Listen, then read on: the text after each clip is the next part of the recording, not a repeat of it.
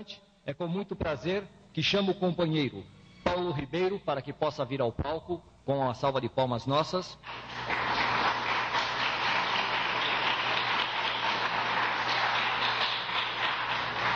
Seja bem-vindo, Paulo, sinta-se à vontade. Chamo também Vladisney Lopes da Costa.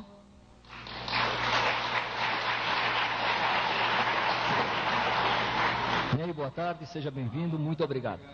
E também a nossa companheira Rosana Amado Gaspar.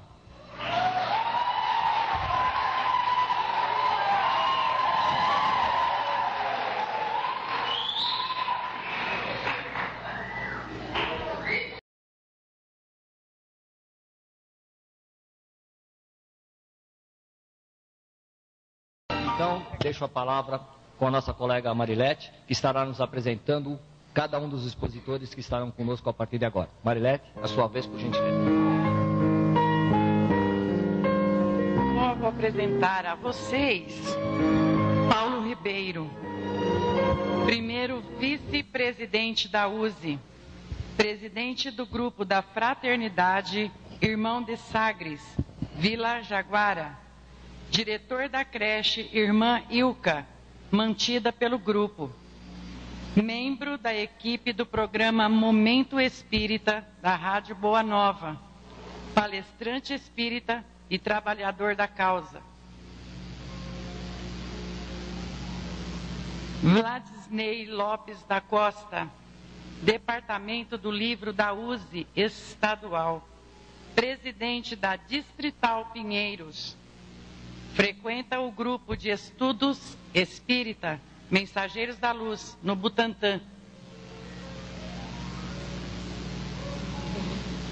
Rosana Amado Gaspar, primeira tesoureira da USE Regional, primeira tesoureira, palestrante e coordenadora de curso da Sociedade Espírita Bezerra de Menezes. Obrigada. Aplauso para eles. Nós gostaríamos também, como foi dito, de neste momento compormos a mesa das perguntas que serão selecionadas e chamarmos aqui duas companheiras. A primeira seria a nossa companheira Neuza Damasceno, a quem peço a gentileza de subir ao palco. A segunda companheira, muito conhecida de vocês e de mim, não? Maria Alice Osório Tropiano. Os colegas que estão ali apresentarão nos próximos 15 minutos, pela sequência que eles assim desejarem, o Ney, a Rosana, o Paulo Ribeiro, a Rosana, o Ney, fiquem à vontade. 15 minutos explanando o que foi dito e da visão espírita que eles irão colocar para nós. E após então a apresentação de cada um deles, nós entraremos com as perguntas. Perfeito? Convido então o nosso primeiro palestrante, que poderá trazer a Rosana, então, por gentileza, possa vir até aqui e falar a respeito disso. Boa tarde a todos. Na verdade, eu estou substituindo uma pessoa que viria, mas teve um problema. Mas como participamos de toda a programação, da temática, estudamos em conjunto, então acredito que estamos também aptos a estar conversando um pouquinho a respeito, que é a questão da evangelização da criança no lar. E a proposta espírita é muito interessante. É a educação do espírito, a evolução do homem como um processo de aprendizagem. Ninguém nasce sabendo, mas nós sabemos que todo espírito que chega, ele vem com uma bagagem, ele vem com tendências e facilidades que ele tem. E nós precisamos, como espírita, estimular aquelas facilidades que o espírito traz e podar, na medida do possível, as más tendências. Então, essa proposta espírita, antes de tudo, nós precisamos enxergar como o espiritismo como uma síntese do conhecimento cultural. Não é só apenas o evangelho. Nós precisamos ter uma gama de conhecimentos de todas as áreas, seja ela na física, na política, na história, na geografia, nas artes. Nós precisamos estimular esses espíritos que estão chegando em todas as áreas do conhecimento. Para isso, então, evangelizar não é só ensinar o evangelho. Não adianta a gente só colocar o Evangelho se ele não fizer parte da nossa vida, se ele não for aplicado no cotidiano, no dia a dia. Porque existem respostas para todas as nossas perguntas dentro do Evangelho, desde que, através do conhecimento, consigamos traduzir aquilo que nós precisamos, que nós podemos ensinar àquela criatura que nos chega. Os pais como educadores. É importante saber que antes de mais nada, nós precisamos se autoeducar. Antes de nós aplicarmos a educação espírita, o Evangelho propriamente dito, apresentar o Evangelho para a criança, nós também precisamos entrar nesse processo de educação, de evangelização. Senão eu não tenho nada o que passar para a criança. Nós vemos hoje espíritos reencarnando com muito conhecimento, muita facilidade. E para você ser o educador, você tem que estar um passo à frente dele. Senão você não atinge aquela criança. O cenário da educação é o lar. Um dos cenários que a gente vai focar aqui é a questão do lar. Mas esse cenário, desde que todos estejam engajados nesse processo de evangelização, ele acontece. Se for apenas uma rotina de ir até a casa espírita, tomar o passe, assistir uma palestra e voltar, esse processo acaba não acontecendo de evangelização. Realmente é muito bom ir lá no centro, nós tomamos passe, nós ouvimos a palestra, mas ele não funciona na minha casa, porque continua tudo a mesma coisa. A minha casa é igual a de todas as crianças que eu conheço, de todos os adolescentes, ela é a mesma coisa. Então veja que esse processo tem que existir um engajamento. A vivência do Evangelho ela tem que ser diária, tanto no lar como na profissão, na escola. Eu tenho que ter uma postura espírita. E o Evangelho tem que fazer parte da minha vida.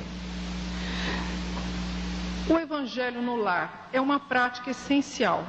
O Paulo falou do kit do Evangelho, que vem o livro Jesus no Lar. O livro Jesus no Lar é muito interessante. Ele é uma psicografia de Néio Lúcio que conta o Evangelho no lar que Jesus realizava na casa de Pedro. Então veja que há 2000 anos atrás, Jesus já fazia o Evangelho no lar, como um local de discussão, de diálogo saudável entre os membros da família. É ali que a gente vai ter oportunidade bendita de estar conversando com aqueles espíritos que nos chegam, de estar dentro da família falando a respeito do Evangelho. É essa oportunidade que nós não podemos perder de maneira nenhuma. Jesus sempre valorizou a criança no aprendizado, na fixação dos ensinos superiores. Aos 12 anos, ele já estava discutindo com os doutores do templo. Então nós vemos ali a importância da infância dentro do templo. É isso que ele está nos passando. E também relaciona a criança com a conquista do reino dos céus, com o reino de Deus. Por quê?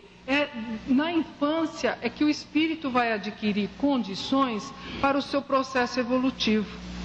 Então nós temos que aproveitar. E esse processo de evangelização, ele é constante e demorado.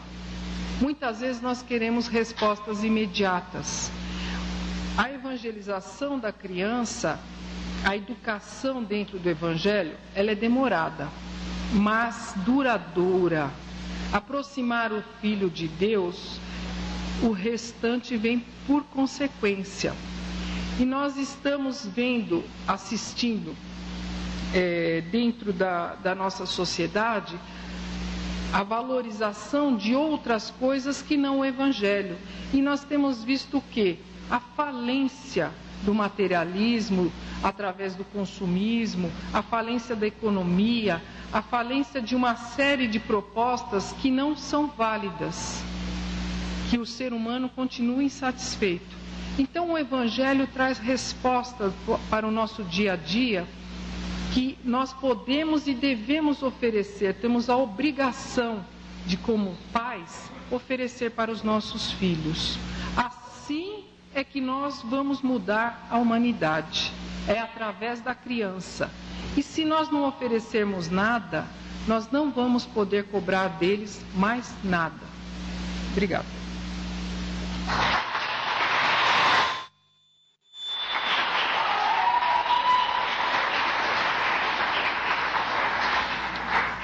Após esta primeira explanação da Rosana, então, para que nós possamos ficar dentro de uma ordem, eu chamaria o companheiro Ney para que possa trazer a sua parte em relação à palestra, para que depois, numa sequência, a gente possa apresentar o Paulo Ribeiro e aí adentrarmos ao tema com algumas coisas que nós iremos apresentar a vocês. Ney, por gentileza. Bom, boa tarde. Agradeço essa oportunidade.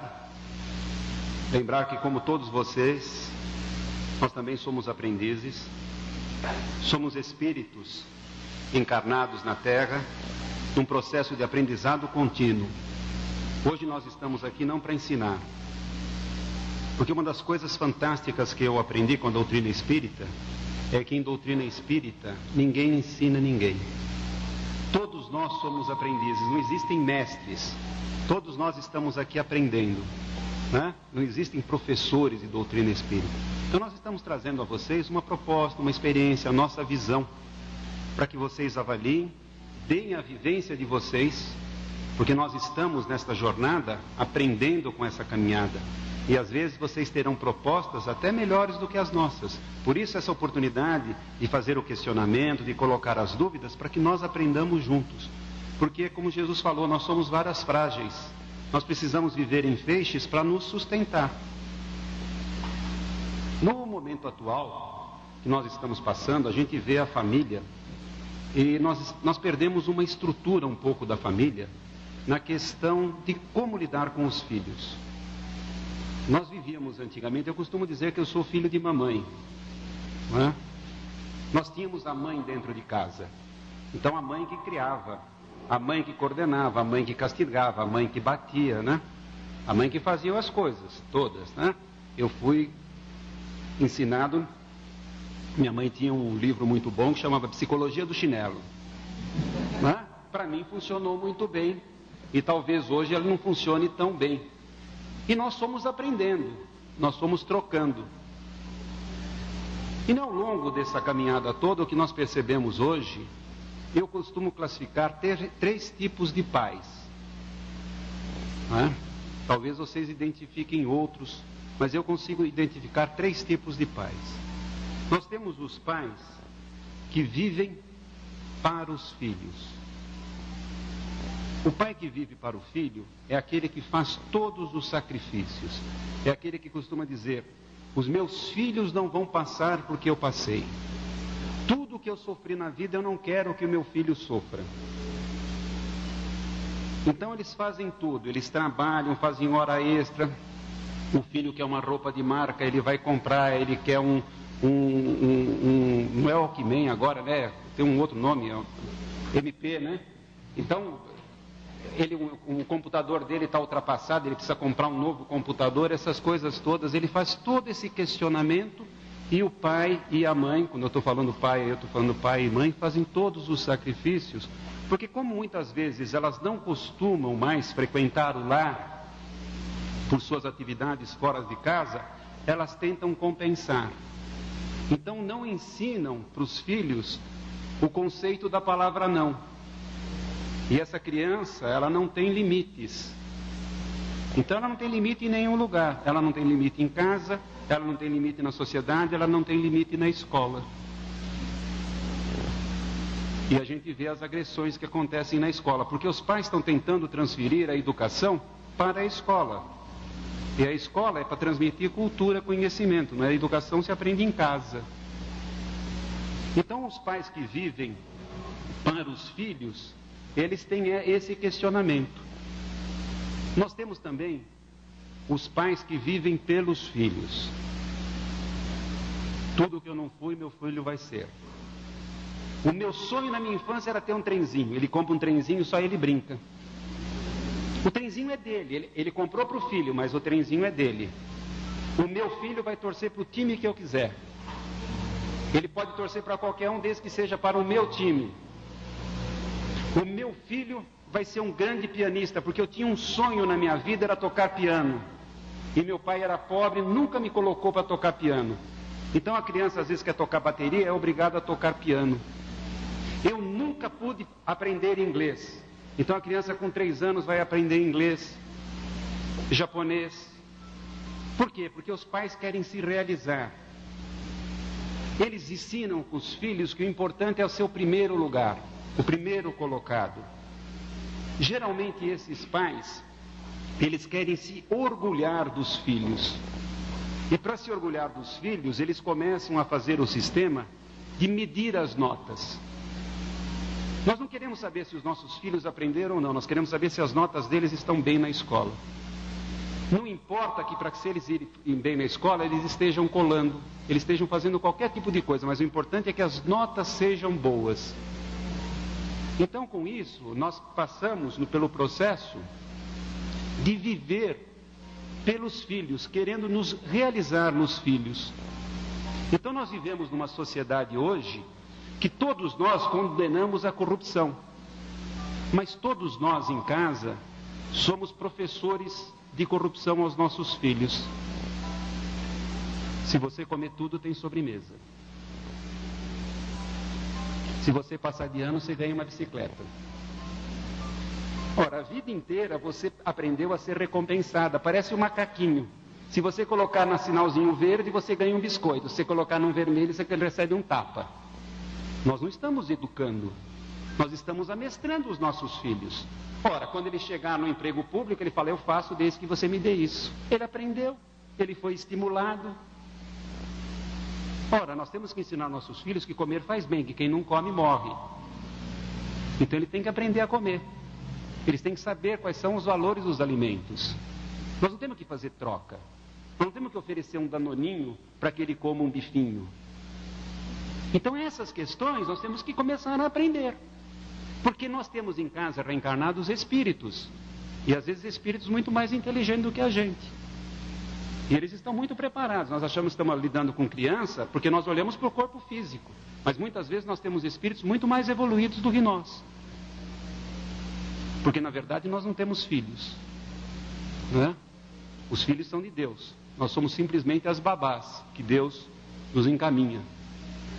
E infelizmente eu digo que ele não manda, porque quando a gente deixa o filho com babá, qualquer coisa, a gente sempre recomenda, olha, ele geralmente à noite ele toma um remedinho, faz isso, faz aquilo, você sempre dá as instruções, né? Ele costuma tomar mamadeira, ou ele toma leite, ou ele não toma. Agora Deus não, ele manda o filho para nós e nós vamos ter que cuidar. Uma coisa importante que tem no Evangelho segundo o Espiritismo, no capítulo 14, que nós não podemos esquecer, que a maioria dos espíritos que encarnam no nosso lar, são espíritos simpáticos a nós, não são inimigos. Nós dá a impressão que a gente só tem inimigos, né? A gente fica com medo, parece que na família só tem inimigo. Eu conheço pessoas que vieram para a doutrina espírita e começaram a dormir de porta fechada porque desconfiam que o filho pode ser algum inimigo do passado, pode acordar de madrugada e matar. Não é assim, pessoal. Capítulo 14 lá, honrar pai e mãe. A maioria de nós somos espíritos conhecidos, nós já temos as nossas dificuldades, mas não somos inimigos, né? Existem alguns que têm passam pelo processo da inimizade. Mas quando passam pelo processo da inimizade, a maioria da família está preparado para receber aquele espírito e transformar. E o terceiro tipo de pai que eu queria falar a vocês é o pai que vive com os filhos. Esse talvez seja o mais difícil de nós vivermos com os filhos. Entendermos que, na verdade, os nossos filhos são nossos companheiros de jornada. Eles caminham conosco. Eles trazem informações, eles trazem bagagens. E nós temos bagagem. A reencarnação tem uma coisa maravilhosa, que é do 0 aos 7 anos, que nos permite que essa criança nos dê demonstrações. As crianças violentas, as crianças egoístas, elas não aparecem nos 14 anos, não. Elas aparecem quando são pequenininhas. Quantas vezes a gente vê a criança com 3, 4 brinquedos e alguém vai pegar um brinquedo, ela não deixa? Ou se alguém pega o brinquedo, ela começa a chorar e a mãe vai lá e fala assim: ai, deixa pro meu filhinho, não tira dele, eu não quero que ele chore. A criança está revelando egoísmo ali. Ela tem que tratar esse processo, mas geralmente não. Peste é sempre o filho dos outros. Nossos filhos são todos santos. Então, ao aprendermos a viver com os filhos, nós estaremos ensinando e aprendendo. Então nós temos essa fase maravilhosa que é de 0 a 7 anos, onde a criança vai dar esses sinais e nós vamos ter a capacidade de interferir. Interferir sempre com valores positivos, estimulando, incentivando, acompanhando, mas mostrando que existe uma diferença entre pai, mãe e filhos. São responsabilidades. Pátrio poder. Conhecimento. Se vieram como os filhos, os pais têm a responsabilidade. Eu não considero a paternidade uma missão. Porque nós não somos espíritos missionários, nós somos espíritos tarefeiros. Então nós estamos aprendendo, mas também temos a oportunidade de ensinar. E precisamos, acima de tudo, aprender a falar aos nossos filhos não. É muito mais fácil falar sim. Mas se nós não soubermos falar não, quando é o momento de falar não, quando tentarmos falar não, não vamos mais conseguir. Então, a proposta da doutrina espírita é que nós olhemos os nossos filhos, não como corpo, mas como espíritos, e nos tornemos, acima de tudo, companheiros dos nossos filhos, aprendendo e ensinando, para que eles percebam sempre nos pais aquele companheiro que vai estar sempre junto a ele. Às vezes, nós não ensinaremos o melhor, porque não temos o melhor, mas daremos a ele todo o amor de que nós dispusermos. Poderemos errar, mas nunca erraremos para prejudicar um filho. E o filho tem que saber que nos seus pais ele tem o melhor companheiro em qualquer momento. Nas maiores dificuldades ele tem que confiar nos pais. E essa é a proposta que nós fazemos, que a gente aprenda a viver com os filhos, né? Que vocês tenham muita oportunidade. Nós queremos aqui então conversar com vocês e trocar experiências, para que também nós possamos aprender. Que Jesus nos abençoe.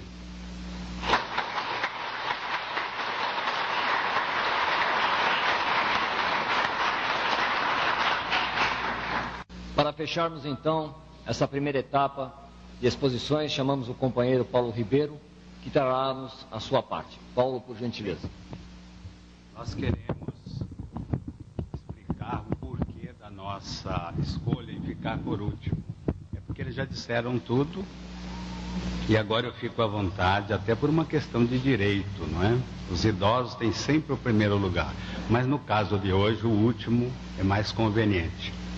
Toda mensagem em favor da família deve ser evidentemente estudada, repensada em termos de mensagem, sem distinção de cor, de raça, de credo religioso ou de nacionalidade. Temos acompanhado na atualidade os meios de comunicação abordando assuntos vários, todos referentes à família, mas vistos de formas diferentes, mas todos os articulistas, mensageiros, trazendo uma mensagem esclarecedora sobre o momento atual em que a família é chamada à atenção, principalmente os responsáveis por ela. O Ney falou sobre a psicologia do chinelo, é isto, Ney? Isto ele falou porque ele faz parte de uma geração posterior à minha. A psicologia do meu tempo era diferente, um pouquinho mais severa do que o chinelo do qual ele se referiu. Eu vou dar apenas algumas informações. Como era a família de 50 anos atrás E eu tenho aqui testemunhos daqueles que já perderam ou branquearam seus cabelos e que fizeram parte desta geração onde o chinelo realmente fazia parte da educação da criança. Claro que hoje o chinelo já é o Havaiana, muito mais leve, mais sensível, e não mais aquele tamanco de madeira que às vezes era utilizado como ferramenta de educação. Mas eu volto a este tempo e no final digo assim: brigadão, mamãe, por você ter sido a educadora que foi, me ensinando todos os métodos e que eu precisava para ser um respeitador das leis, um respeitador da sociedade e um respeitador da lei de Deus. A minha mãe sempre dizia que chore ele agora do que eu amanhã. Ela educou seus filhos com os métodos abaixo. Nada de psicologia, educação moderna, etc, etc. Aliás, naquele tempo, não existiam psicólogos e educadores modernos, mas existiam professores severos e que ensinavam, e pais que castigavam.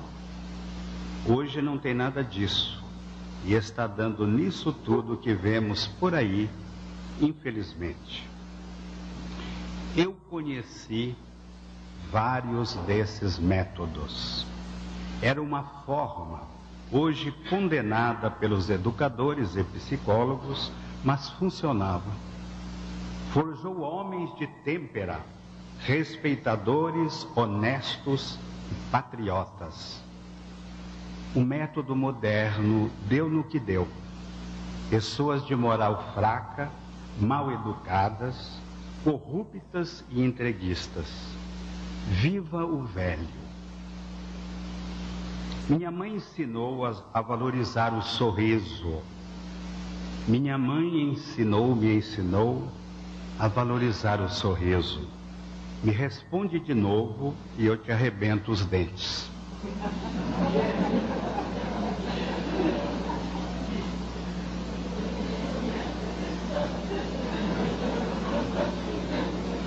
Era o nosso tempo. Me responde de novo e eu te arrebento os dentes. Minha mãe me ensinou a retidão. Eu te ajeito, nem que seja na pancada.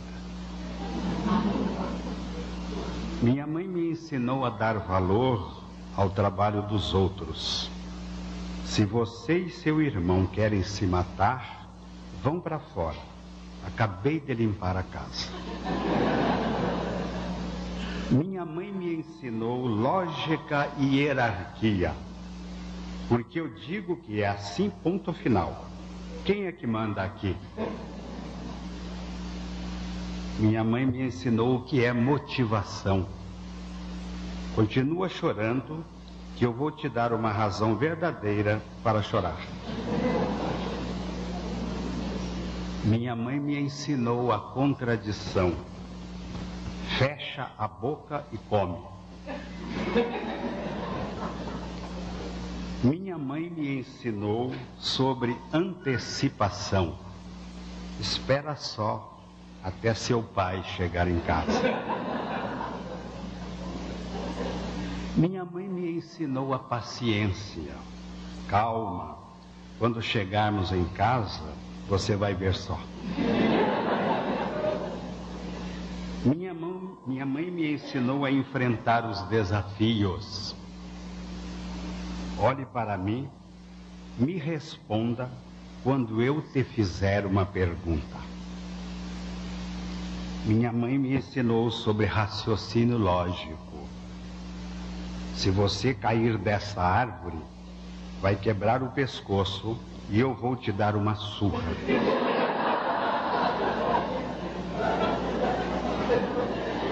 Minha mãe me ensinou medicina. Pare de ficar vesgo, menino. Pode bater um vento e você vai ficar assim para sempre. Minha mãe me ensinou sobre o reino animal. Você é igualzinho... Não, minha mãe me ensinou sobre genética. Você é igualzinho ao seu pai. Minha mãe me ensinou sobre minhas raízes. Está pensando que nasceu de família rica? É. Minha mãe me ensinou sobre a sabedoria da idade. Quando você tiver a minha idade, você vai entender. Minha mãe me ensinou sobre justiça. Um dia, você terá seus filhos. E eu espero eles façam para você o mesmo que você faz para mim. Aí você vai ver o que é bom. Minha mãe me ensinou religião. Melhor rezar para essa mancha sair do tapete.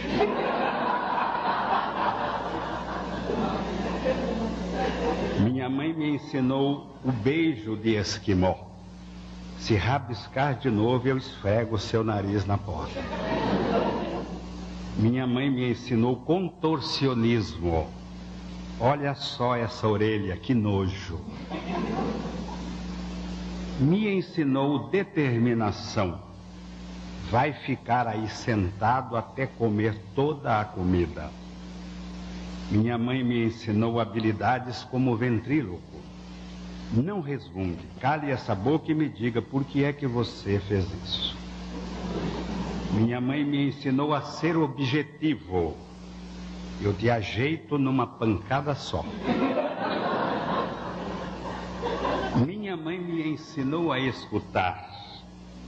Se você não abaixar o volume desse rádio, eu vou aí e quebro essa porcaria. Minha mãe me ensinou a ter gosto pelos estudos. Se eu for aí e você não tiver terminado essa lição, você sabe. Minha mãe me ajudou na coordenação motora. Ajunta agora estes brinquedos, pega um por um. Minha mãe me ensinou os números. Vou contar até 10. Se esse vaso não aparecer, você leva uma surra. Brigadão, mamãe.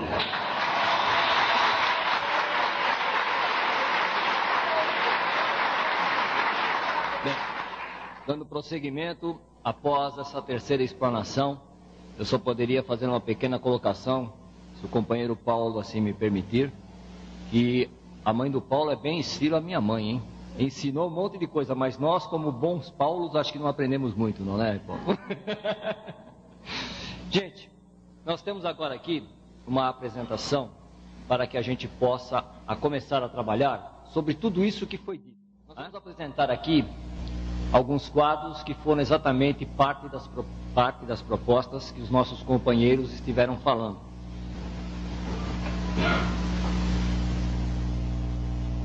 Aproximar os filhos de Deus. Nós vemos aqui a família reunida, à volta da mesa, com um livro. O que ocorre neste momento? A evangelização da criança no lar. Tema que os nossos companheiros abordaram. E neste instante, como mediador, eu faria a primeira pergunta à companheira Rosana, baseado nesta afirmativa. Rosana, é apenas o centro espírita que deve se preocupar com a evangelização dos filhos? Direto. Bom, eu acredito que não é nem o centro espírita nem a escola que deve evangelizar a criança. Quem deve evangelizar a criança são os pais. Porque como nós falamos a princípio, o evangelizar é muito mais do que apresentar o evangelho. Então, cabe aos pais estarem ensinando através do exemplo, através da dedicação, através de um trabalho contínuo, a evangelização da criança, do jovem e do adulto também. Porque esse processo não termina logo na infância, nem na primeira infância, nem na segunda. Ele é contínuo. E nós vimos o Paulo falando a respeito, da mãe. nós entendemos que ainda a família, mesmo essa família que era dura, mas ela sabia muito bem o papel de cada um, e hoje passamos desta família para uma família indiferente, cada um por si. Não estamos prestando atenção nas crianças. Então, até alguns lembram com saudades, né? Porque pelo menos tinha atenção dos pais. O que nós necessitamos mesmo para a educação, para a evangelização, nós precisamos olhar olho no olho, conhecer o outro. Não existe nenhum tipo de evangelização à distância, pelo celular, pelo MSN, como muitos pais querem educar seus filhos, tratar com seus filhos através de meios virtuais. Então a evangelização, ela cabe aos pais. Ok. Seguindo,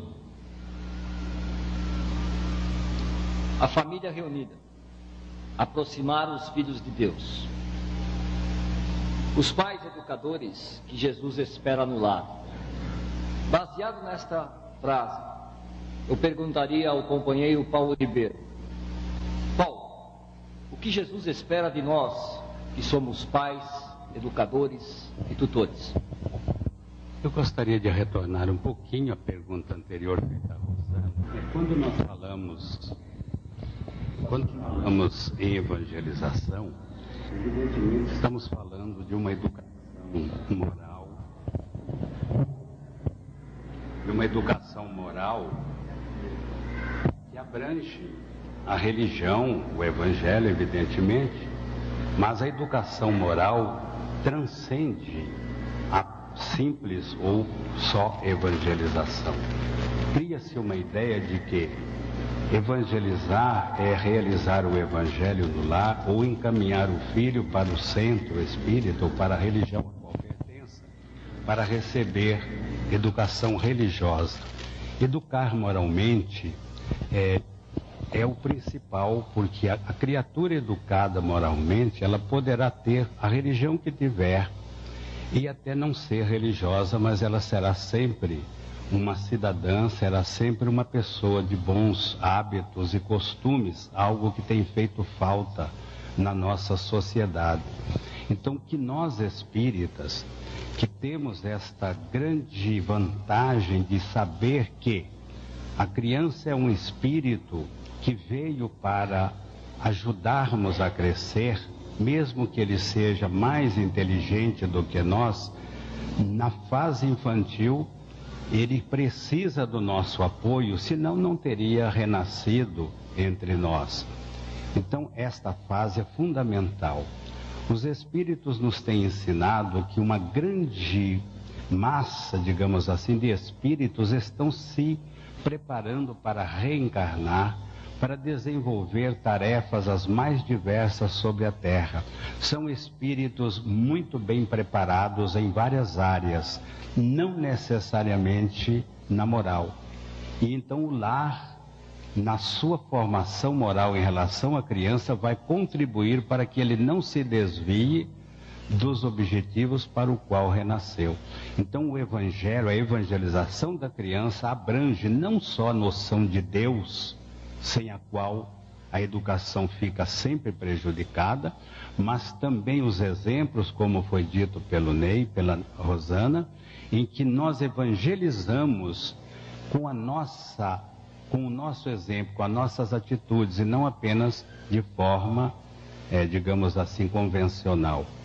Então, Jesus, como o governador do planeta e responsável por nós, nos pede que estejamos atentos não somente no sentido de levar às crianças a recordação do que ele ensinou e todo o exemplo que ele deixou, mas também a formação do homem de caráter, para que este homem possa, com o seu trabalho, mudar o mundo. Então Jesus espera de nós muito mais do que atualmente tem sido proposto até no meio espírita. Você realiza evangelho no lar? Sim. Parece que isso atende a todas as necessidades. Não é. O lar responde por 3/4 da formação da criança. Nós temos estudos feitos numa apostila que se chama A Família à Luz do Espiritismo, em que os educadores nos informam tudo o que diz respeito à educação de uma criança, para que ela seja uma criança, um jovem, um adulto respeitável e não deixe de ser aquilo que Jesus espera de nós. E quando nós estamos observando, todos nós, esta criança, essa linda criança, com alguns logotipos de empresas altamente conhecidas, temos aí a Sony, temos o McDonald's, temos, enfim, várias marcas extremamente conhecidas e divulgadas hoje pela propaganda. Eu faria então uma pergunta ao companheiro Ney. Ney, como educar os nossos filhos quando temos a mídia tão ativa sobre eles, trazendo justamente muitas vezes a informação que nós não queremos como sendo a verdadeira? Como trabalhar isso? Bem, impressionante, né? Realmente nós temos hoje uma carga. Quando o Paulo falou do nosso tempo, nós tínhamos a vantagem, porque a única coisa que nós escutávamos era o rádio. E escutávamos o que os nossos pais escutavam. Hoje, nas casas, você tem televisões que separam as famílias. O sonho das pessoas é terem 2, 3 televisões. Então, os filhos são isolados. Crianças de 9 anos têm a participação completa, têm domínio sobre um computador, que é uma arma maravilhosa, mas que, se nós não soubermos usar, é extremamente perigosa. Nós conhecemos educadores da Universidade de São Paulo, mestres em computação, professores PhD em matemática, que proíbem, o termo é esse mesmo, os filhos de tocarem nos computadores. Ele diz que a criança de 0 a 7 anos tem que desenvolver o cérebro. A televisão, ela tem um sistema que foi descoberto ao longo do tempo. Vocês já perceberam que muitas vezes o repórter ele está lendo, passa algum tempo, ele vira o rosto e muda. Isso é para que as pessoas não durmam, porque ela tem um processo hipnotizante. Então, essa questão é nós termos medida, aprendermos a termos medida com os nossos filhos. A televisão hoje se tornou uma babá eletrônica. Muitas vezes os pais, para descansarem, ligam a televisão, dão o controle para a criança, para que ela faça o que quiser. Então nós começamos a perder o controle da criança. Então nós temos que reassumir o quê? O compromisso a viver com a criança, estar com a criança. Muitas vezes a criança está em casa, mas ela está completamente isolada. Às vezes adultos falam coisas perto dos filhos que imaginam que eles não estão prestando a mínima atenção, e as crianças têm uma antena violentamente ligada. Às vezes nós estamos assistindo programas, novelas, que para nós não são nada, absolutamente nada. Aquilo que está ali é normal, mas para que a criança, ela está absorvendo conhecimentos que mais tarde vão ficar armazenadas de uma maneira incorreta.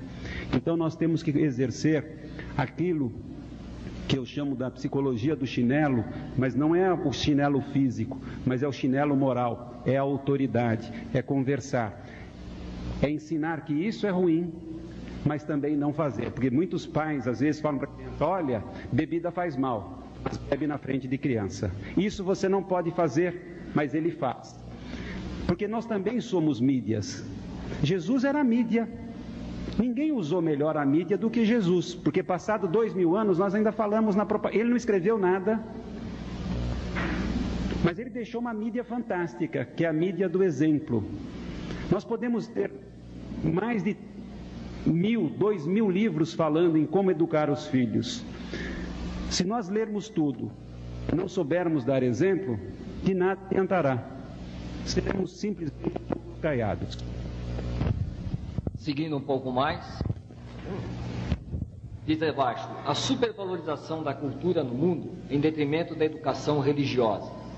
E baseado exatamente no que o companheiro Ney acabou de nos colocar, poderíamos então dizer, Ney, que hoje pais delegam a terceiros a responsabilidade de educar seus filhos?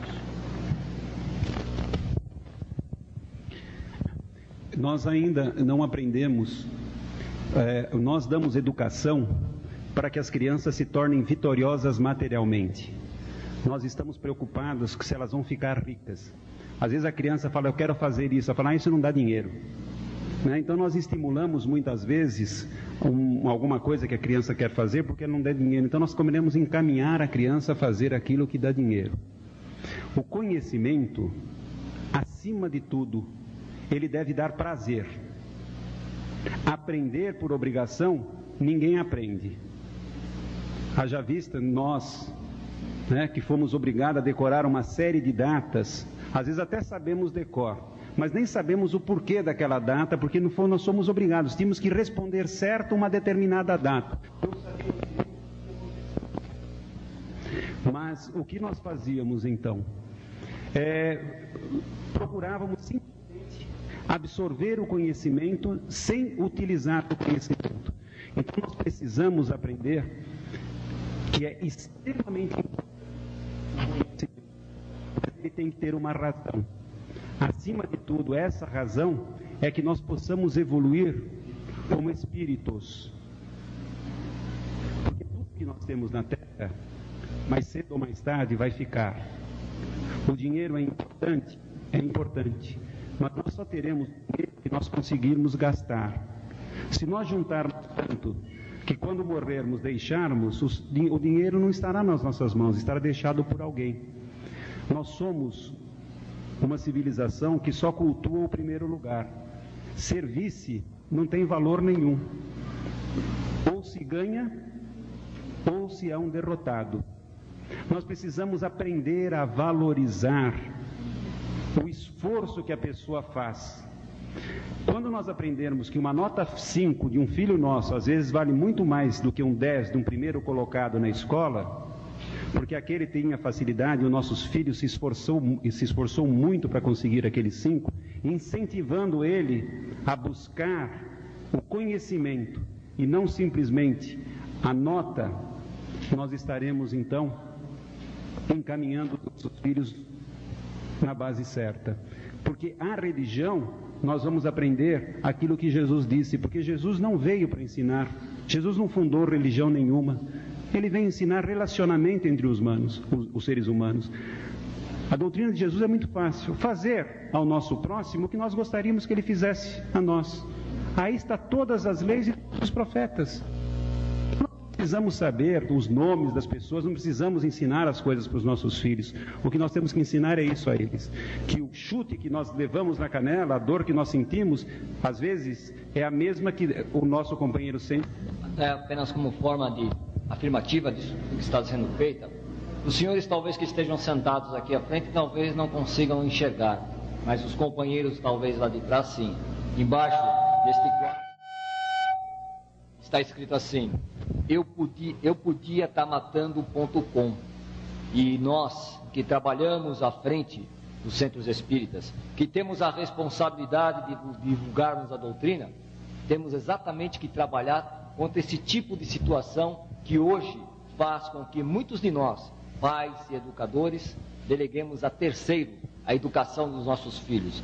E se os amigos me permitem uma colocação que venho usando há muito tempo, as escolas, os bancos escolares, são para que os nossos filhos sejam instruídos. A educação parte do berço, parte de casa, portanto, é a nossa responsabilidade, de pais, de orientadores e de tutores. Qual a diferença entre educar e evangelizar? Rosana, você poderia dar a sua resposta a esta pergunta? Educar, a evangelização é uma forma de educação, né? A gente vai educar. O espiritismo, como nós falamos, ele é uma síntese de um conhecimento geral. Ninguém ensina espiritismo só falando do evangelho. Nós precisamos saber história, geografia, matemática, ciências. Precisamos aplicar no nosso dia a dia. Então, a questão da educação, ela tem a parte da instrução, né? Que nós vamos receber na escola. Mas também o evangelizar não, ele é muito mais amplo. porque ele depende do exemplo que a gente está dando, da nossa vivência, da nossa postura. Então, evangelizar é o dia a dia, é aquilo que o Sócrates usava, a maiêutica. Ele caminhava na natureza e conversava com aquele que estava do seu lado, o aprendiz. E isso nós devemos fazer com nossos filhos também, caminhar, conversar a respeito da natureza. Pestalozzi também fazia isso, aprendia com a natureza. Ou será que a criança não tem nada para ensinar para a gente? Ele também vai dar a sua opinião, ele também vai falar o que ele sente, como ele está se sentindo. Nunca tivemos tantas crianças com tantos transtornos como hoje. Por que será? É lógico que isso é uma consequência de um passado aí que vem vindo. E nós também hoje, a educação que nós vamos dar hoje, a evangelização que nós vamos fazer com o nosso filho hoje, ela vai ter uma consequência futura também.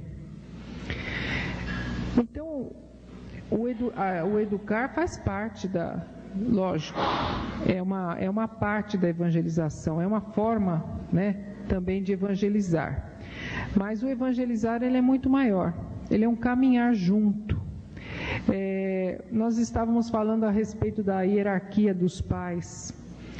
A evangelização, segundo a doutrina espírita, nós vamos acabar saindo dessa questão de hierarquias. Porque eu não vou enxergar mais o meu filho como um ser inferior, um menor que eu, mas como um espírito ali em evolução. Não vou deixar de ter respeito e amor por ele.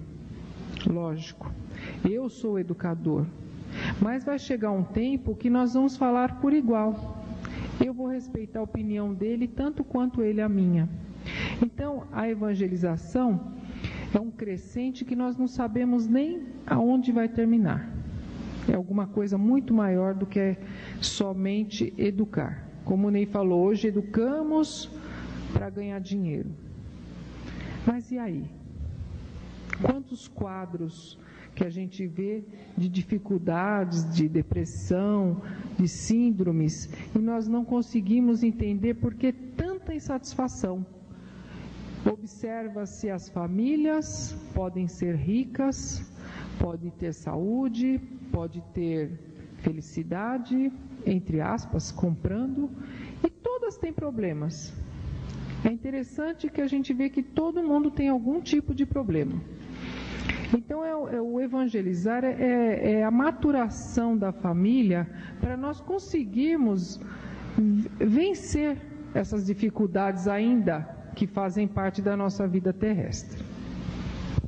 Você tocou num ponto importante quando você falava a respeito de Pestalozzi, e vocês estão lendo agora exatamente uma das formas a respeito de aproximarmos os filhos de Deus. E diz assim: lembramos aqui o fato ocorrido com o famoso pedagogo e educador suíço João Henrique Pestalozzi, ao ser procurado por uma mulher preocupada que estava quanto à época de iniciar a educação de seu filho. E o educador perguntou-lhe: qual é a idade da criança? 3 anos, respondeu a mulher. Então vá correndo, concluiu Pestalozzi, porque você já está 3 anos atrasado. Então veja que a preocupação muitas vezes, a nós que somos pais, que somos educadores responsáveis, pode estar exatamente nesta resposta de Pestalozzi.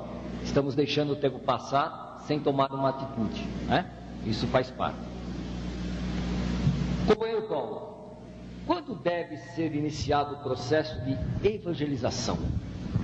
Bem, eu gostaria de retornar à questão da educação mencionada por Pestalozzi. Ele não era espírita, naquele tempo não havia o espiritismo, e talvez não conhecesse a lei da reencarnação. Senão ele teria dito que a educação da criança começa na gestação. A partir do momento em que se descobre, se comprova que a mãe está em estado de gestação, ali tem início um processo programado muito antes desse momento, mas que deve ter início ali, onde ela já se aproxima do espírito reencarnante e onde este dela se aproxima. Então, o diálogo que se estabelece nesta etapa é de fundamental importância para o nascituro. É naquele tempo de 9 meses em que ele se encontra encerrado no grande casulo da vida, que é o útero, onde ele já pode ir recebendo todo o envolvimento que a mãe pode lhe dar, espírito a espírito. É o diálogo da mãe e possivelmente de pai, mas principalmente da mãe com o espírito que irá renascer, que irá reencarnar.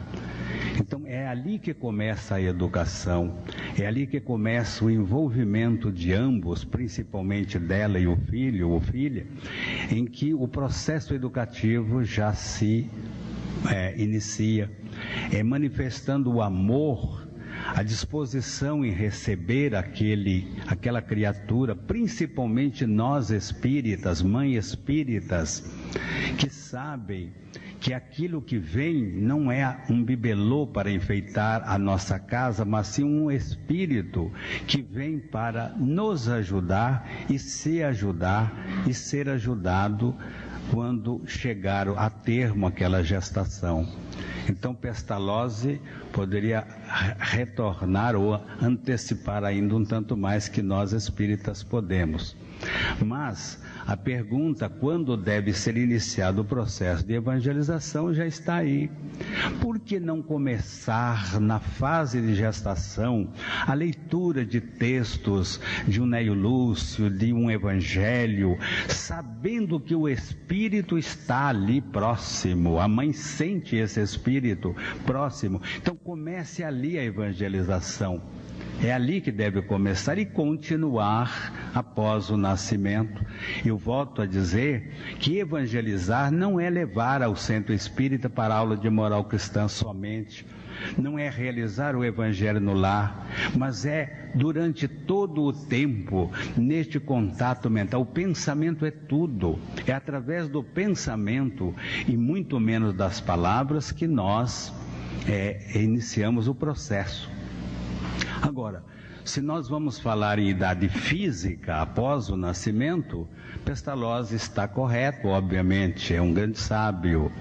Mas vamos dizer assim, hoje, Ney falou na sua exposição sobre os 7 anos necessários para que se concretize uma reencarnação do ponto de vista físico. Hoje nós sabemos que aos 3 anos a criança está apta a receber qualquer tipo de informação. E é a partir desses 3 anos que ela inicia o seu processo de evangelização ou de educação moral.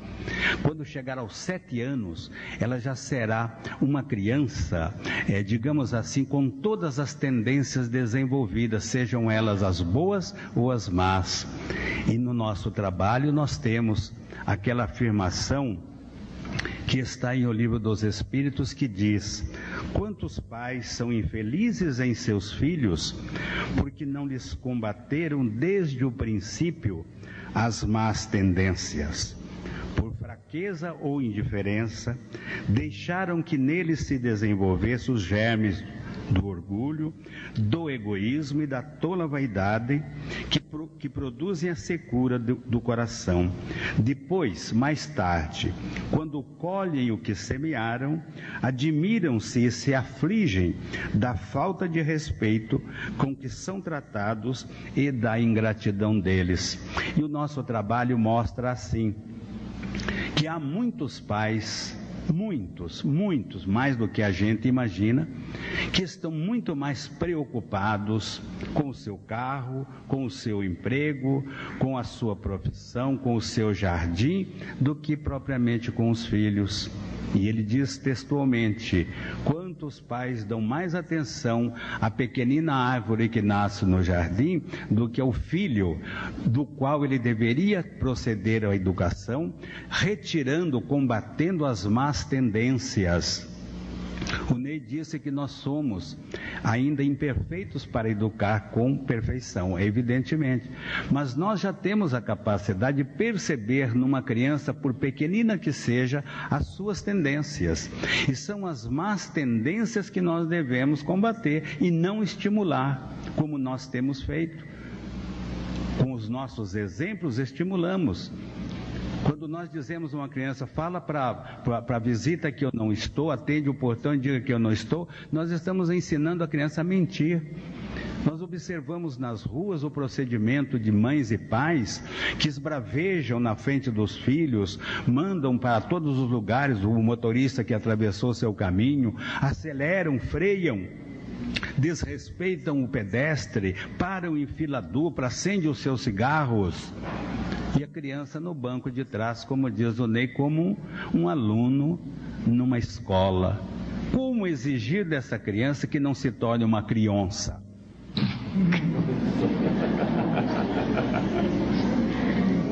Se nós lhes passamos a ação de uma onça, de um animal, muitas vezes, nós não podemos cobrar. As sementes que lançamos foram sementes defeituosas, não podemos, digamos, esperar um fruto bom, porque a semente foi defeituosa. Então vejam bem, a lição de hoje desse encontro nosso é para nós pais e avós, porque eu sou avô, nem avô.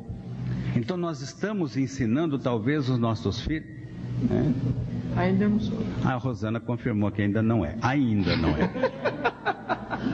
Eu fiquei em dúvida, poderia ser, né? Mas a verdade é a seguinte, nós estamos hoje passando para os nossos filhos talvez aquilo que nós na época não passamos. Olha, toma cuidado, você está observando o teu filho como ele está tendo tendências negativas? Procure corrigir isso. Mas talvez no nosso tempo não tenhamos feito isso. Então eu diria assim, quando deve ser iniciado o processo de evangelização, da educação moral? Eu acho que esse processo não cessa nunca. Ele é um ciclo em que nós educamos e somos educados, e falta a atenção de nossa parte. Perfeito. Então, extraída do Livro dos Espíritos, a questão 208.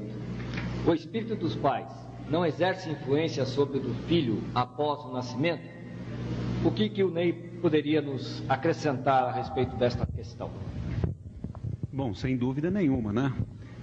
Os pais exercem essa influência, e muito bem como o Paulo falou, desde o momento da reencarnação e às vezes até um pouco antes. Quem leu o livro Os Missionários da Luz, que conta o reencarne do Sigismundo, nós vamos ver exatamente essa influência, essas questões todas, né? Então, é importante que nós percebamos isso. E é fundamental, nós precisamos aprender. Eu costumo brincar, pessoal, dizendo o seguinte, nós espíritas, porque a maioria de nós, eu diria quase todos nós, somos espíritas pela primeira encarnação, né? Nós estamos conhecendo a doutrina espírita. Muitos de nós somos que nem aquele cachorro de mudança. Às vezes a pessoa, quando é pobre, ela coloca tudo em cima de um caminhão e por último vai o cachorro em cima. E às vezes vai balançando e o cachorro cai no meio. Só que o cachorro não sabe para onde ia, mas lembra de onde veio. Só que ele sabe que de onde ele veio a família não está. Então nós espíritas, muitos de nós saímos do catolicismo, por exemplo, e no meio do caminho nós caímos no caminhão. Não chegamos no espiritismo, mas não queremos voltar ao catolicismo. Então nós queremos fazer o espiritólogo. Então nós temos muitos espíritas que são espíritas, falam para os filhos sobre a educação espírita, mas a primeira coisa que faz é batizar os filhos. Nós tivemos um caso no centro que eu frequentava que chegou um momento que era dramático. Eu não sabia mais o que fazer.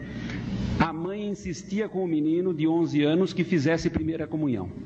E o menino tinha feito toda a sua educação. E ele falava, mãe, eu sou espírita, eu não quero. A mãe falava, não, mas todos os seus amigos fazem, eu acho bonitinho, você vai fazer. Levou ele ao padre, ele falou na cara do padre, ele falou, não, vou fazer primeira comunhão, eu sou espírita. E a mãe falava assim, não, seu padre, ele não sabe direito o que ele está falando. Por quê? Porque na vontade dela, ela queria ter o filho dela uma fotografia com a roupinha de primeira comunhão. Então nós precisamos aprender a termos esse conceito. Então nós exercemos essa influência, e é evidente que a doutrina espírita, ela não é um time de futebol que nós vamos impor aos nossos filhos. Mas se a doutrina espírita nos faz bem, nós devemos mostrar aos nossos filhos o porquê nós estamos na doutrina espírita, né? Eu conheço pessoas que falam, não, deixa, quando ele tiver maior idade, aí 12, 13 anos, ele vai fazer o que quiser. Então por que nós não deixamos as crianças escolherem quando elas devem ir para a escola? Quem sabe se ele não quer ler, não quer saber das desgraças do mundo? Vamos deixar. Então essa é uma questão principal. Nós temos que nos posicionar, porque nós somos para os nossos filhos o exemplo. E eu sempre falo, se Deus nos deu essa responsabilidade, nós temos que assumir a nossa responsabilidade. Então nós exercemos sim, e essa influência é muito maior, como o Paulo inclusive reforçou aqui, nessa fase de 0 a 7 anos. Obrigado. Tornando então a nossas perguntas e a ideia inicial de aproveitarmos o tempo, eu pediria que os nossos colegas expositores então conseguissem ser mais rápidos e sucintos nas respostas, para que nós pudéssemos atender a todos os colegas, os companheiros, ou pelo menos a boa parte.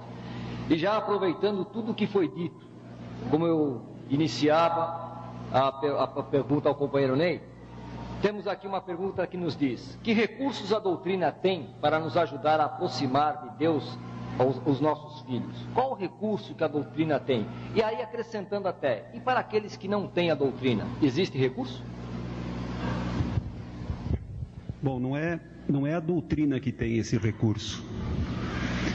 É um sentimento profundo que existe antes da doutrina. É o amor. O que nos aproxima do ser humano não é o conhecimento de uma religião, não é o conhecimento da doutrina, porque às vezes nós conhecemos pessoas que são verdadeiros mestres, sabem tudo, têm todas as respostas na ponta da língua, mas são incapazes de abraçar. Nós temos dificuldades, pessoal. Percebam uma coisa que eu vou dizer para vocês: o homem tem coragem de ir à lua. Nós não temos coragem de atravessar a rua e cumprimentar um vizinho novo. Nós ficamos com vergonha, perguntamos para os outros: quem é que está morando aí? Quem é que veio? Você sabe? Nós não temos coragem, pessoal. Nós não ensinamos a abraçar. Nós, mais antigos, porque nós não somos velhos, nós somos antigos, nós não abraçávamos outros homens. Nós não aprendemos a abraçar. Homem não abraça, homem não chora. Então nós embutimos muito desse sentimento. Então não é a doutrina que vai dar esse recurso, porque a doutrina faz parte da lei universal, e a lei universal é o conhecimento do amor. Os nossos irmãos islamitas que não conhecem têm muito amor para dar. Os evangélicos, os católicos, os protestantes, todos eles têm muito amor para dar. Nós precisamos, como seres humanos, a nos conhecermos mais, porque Jesus nos disse uma frase que nós esquecemos: os meus discípulos serão conhecidos por muitos se amarem. Como é que nós podemos trazer os nossos filhos para Jesus se nós às vezes não conseguimos nem amar os nossos filhos? Então o fundamental é esse encontro verdadeiro desse amor, da fraternidade, olhar aquilo como um companheiro de jornada, não como uma posse, não como um meu, né? Mas como uma participação de um grande projeto universal. Obrigado. A própria situação em si do retrato que agora está sendo mostrado a todos vocês nos lembra o dia a dia de nossas vidas, as nossas preocupações, os nossos pensamentos, as nossas ansiedades, o estado que muitos de nós hoje em dia nos encontramos em relação a toda a preocupação do dia a dia de nossas vidas. Assim sendo, ser pai e mãe é uma tarefa difícil, colega Rosana? Tudo dá trabalho, né? A gente sabe que para ser pai e mãe precisa ter o espírito de renúncia, o espírito de desprendimento. Se eu não tiver renúncia, se eu não trabalhar as minhas dificuldades também, eu não vou conseguir ser mãe nem pai. Então, eu acredito que tudo dá trabalho, é uma tarefa, eu não vou dizer que é difícil, ela é trabalhosa, mas é muito compensadora. Ela nos traz muitas alegrias, o nosso afeto, o nosso amor é desenvolvido. E para quem acha que é muito difícil, até eu tinha trazido uma reportagem, já existem 2 milhões de casais que optaram por não ter filhos, aqui no Brasil, copiando assim alguma coisa de países ricos, que veem a criança como uma coisa que vai trabalhar, e vai se dar trabalho, vai se gastar dinheiro. E é interessante que a média de renda deles é 70% superior à dos casais com filhos. Filho gasta dinheiro pra caramba. Então a frase é até assim: a sós para sempre. Então é melhor até que aquele que não quer ter trabalho, né, que não tenha filho, procure uma outra opção aí. Mas a gente vê que é o egoísmo, né, ainda reinando, porque não quer ter continuidade, não quer ter trabalho, não pela continuidade, mas pelo trabalho, pelo gasto, né? Muito gasto, né? Muito difícil. Então, uma opção. Eu acho que quem não tiver mesmo com essa vocação, né, para ser pai e mãe, é melhor que não tenha mesmo. Mas é muito compensador. Quem tem os filhos sabe disso. Eu queria acrescentar um pequeno detalhe a esta reportagem mencionada pela Rosana. Eles só podem fazer assim, decidir assim, porque alguém os recebeu quando precisaram reencarnar. O que podemos ver nessa atitude? Um profundo egoísmo, porque se eles tiveram oportunidade de reencarnar, deveriam devolver a outros a oportunidade também. Isso diz e me remete à questão do aborto, ou dos abortistas, que pregam aos 4 ventos o direito da mulher ao seu próprio corpo, defendendo a legalização do aborto. Eu costumo encerrar seminários e palestras sobre isso dizendo que eles só estão aí para gritar a favor do aborto porque não foram abortados. Porque se tivessem sido, não teriam tido a oportunidade de estar aí para defender essa causa tão horrorosa. Então, esta reportagem nos chama a atenção. Como a vida só responde, isso é uma lei divina, a vida só responde, por certo, num futuro próximo, nós teremos estes mesmos casais implorando para que alguém os receba, e se conseguirem reencarnar, será por amor de alguma criatura que irá recebê-los, porque a semeadura é livre, a colheita é obrigatória. Obrigado, Paulo. Baseados nestas setas, nestas placas indicativas que nós estamos vendo agora, como por exemplo, moral cristã, moral hindu, moral islâmica e assim por diante, temos aqui a pergunta: o que pensar da opinião daqueles que esperam os filhos crescerem para escolherem a própria religião? O companheiro Ney chegou a abordar este assunto agora há pouco, e eu acrescentaria, antes de passar esta pergunta novamente a você, Ney, se assim me permitir, que às vezes nós tomamos atitudes realmente interessantes. Temos dúvidas em colocarmos os nossos filhos perante Deus, não sabemos às vezes como levá-los, fazemos com que muitas vezes eles se tornem algo que nós não fomos em nossa vida profissional, mas não temos a menor dúvida de levarmos a criança a colocar a chupeta dentro do vinho para experimentar e ter a primeira carinha engraçada. Não deixamos jamais que a criança vá torcer por outro time que não seja o nosso time preferido, mas muitas vezes deletamos ou damos a outra a importante missão de educarmos os nossos filhos. Baseados nisso, então, Ney, já que você pincelou o assunto, o que você nos diria quanto à escolha da religião para os nossos filhos? Como proceder? Bom, É extremamente importante que nós tenhamos uma noção, e nós estamos tratando de doutrina espírita. Um dos calcanhares de Aquiles dentro do espiritismo, não da doutrina espírita, mas dentro do espiritismo, é a parte da educação espírita infantil. Eu não uso o termo evangelização, pessoalmente, porque para você evangelizar, você tem que ser evangelizador. E para você ser evangelizador, você precisa ser evangelizado. Então eu prefiro a parte de educação espírita, porque eu acho que nós não devemos dar apenas nas nossas casas o conhecimento da doutrina espírita.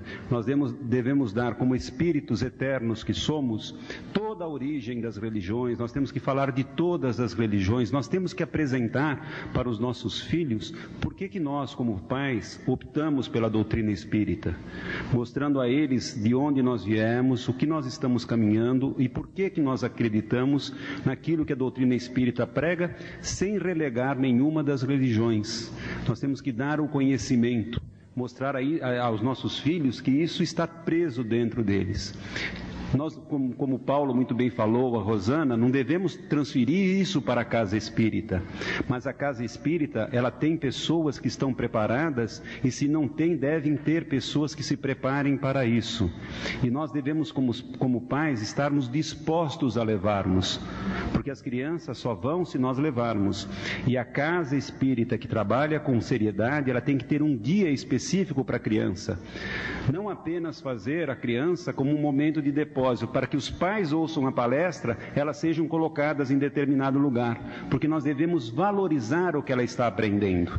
Ela tem que saber que ela está recebendo não um resto daquilo que o pai recebe, mas que ela tem o seu dia especial para isso. Então nós precisamos, como espíritas que somos, valorizarmos o que temos, porque se somos espíritas, fizemos essa escolha, e se fizemos essa escolha é porque nós achamos que isso é melhor, e nós tentamos traduzir para os nossos filhos aquilo que é de melhor. Então eu acho que realmente nós devemos dar para eles uma educação moral que ensine, acima de tudo, a respeitar a religião dos outros. Porque se alguém não respeita a nossa religião, problema deles. Agora, quando nós não respeitamos as religiões dos outros, aí o problema é nosso. Obrigado. Companheiro Paulo, tenho em mãos aqui duas perguntas que talvez possam ser encaixadas na forma do raciocínio. A primeira diz assim: o que posso fazer e que postura assumir quando os filhos já se tornam adultos e, achando-se entendidos de tudo, não aceitam as orientações dos seus pais, inclusive em relação à religião? E a segunda que diz, essa eu acredito que muitos de nós poderíamos nos encaixar: ainda possuo muitas imperfeições. Ponto pacífico. Eu sou uma mãe, e como aproximar meu filho de Deus se ainda não sou exemplo de nada? Você poderia nos responder alguma coisa a respeito destas duas colocações? E começando pela segunda, nós poderíamos dizer que todos somos aprendizes. Infelizmente, por alguma razão, nós não temos uma escola de pais. Eu acredito que o futuro nos trará como resposta a esta necessidade a preparação dos casais para terem os seus filhos e educarem os seus filhos de uma forma mais condizente com o mundo moderno, mas que precisa ser moderno também na moral. Então nós não temos isso. Os pais são, digamos assim, inexperientes, imperfeitos, e isto não deve se constituir numa barreira. Nós fazemos aquilo que temos condições de fazer, e quem faz tudo o que pode não é obrigado a mais nada. Se nós formos aguardar estarmos preparados para evangelizar como evangelizadores, como disse o Ney, nós vamos cessar o processo reprodutivo, porque eu acredito que raríssimos são os pais que realmente estão preparados. Então nós vamos aprendendo uns com os outros. Não existe um modelo de lar que dê certo para outro lar. Alguém tem uma visão diferente da nossa e todos têm visões diferentes uma das outras. Então nós devemos fazer o melhor que pudermos, levando em conta que para a educação, amor atenção, respeito e proteção são fundamentais. Eu gostaria que vocês relevassem aquela colocação inicial que fiz sobre aqueles modelos da minha época, porque hoje, evidentemente, o chinelo, seja ele macio ou mais duro, não tem mais lugar, e nem chicote pendurado na parede, que é o que eu tive como processo educativo. Meu pai jamais pegou daquele chicote para agredir qualquer um dos seus filhos, mas bastava olhar para ele e nós todos baixávamos a fervura no exato momento, dada a sua autoridade. Mas esta autoridade não pode ser exercida depois que os filhos crescem. Depois é difícil, é de pequenino que se torce o pepino, dizem os nossos antepassados. Uma sabedoria que é válida até hoje. O adolescente, como foi citado na pergunta, ele só irá nos ser mais acessível, mais dialogador, mais respeitoso, se nós começarmos isso na primeira infância. Depois que cresceu, depois que ganhou fóruns de administração própria, como eles gostam, já é muito difícil recuperá-los naquilo que a gente gostaria que fosse. Daí para frente, nós temos que contar com a ajuda de Deus e da própria criatura. Se ele recebeu na infância uma educação, por pequena que seja, mas que tenha sido boa, esta semente plantada na infância, ele vai mostrar numa das épocas da sua vida.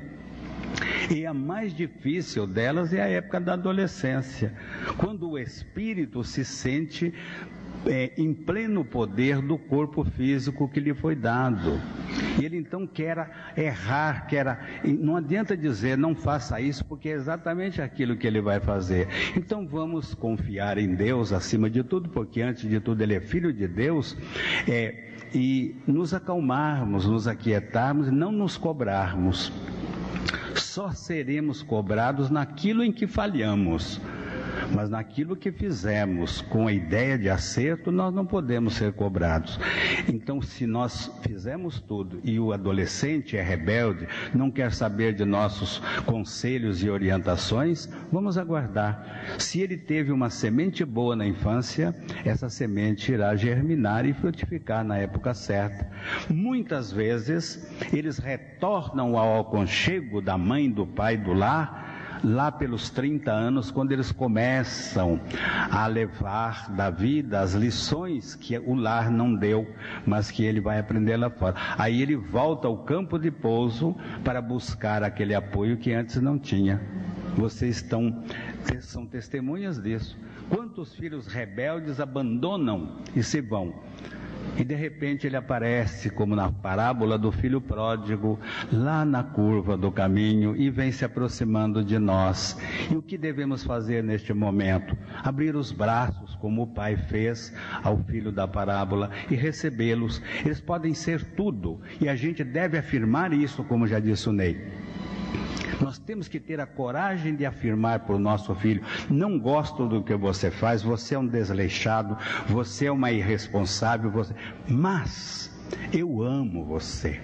Esta palavra, ela é a chave para que a criatura, mesmo no momento de desgaste, na discussão, ela saia com aquela mensagem: meu pai é duro, meu pai é ignorante, meu pai é atrasado, mas ele me ama. Minha mãe é brusca, é grosseira, não tem cultura, é atrasada, mas ela me ama. É a semente do amor que vai resolver essa parada. Seguindo, vamos tentar ver esta imagem e repetirmos um pouco sobre tudo aquilo que foi dito até o presente momento por todos os nossos colegas. Vocês estão vendo um desenho onde a família, entre aspas, está reunida na sua sala de estar, onde o pai lê o jornal, a mãe faz o tricô e a criança representada neste desenho está numa ilha, cercadinha pelos seus brinquedos. Uma nova aproximação,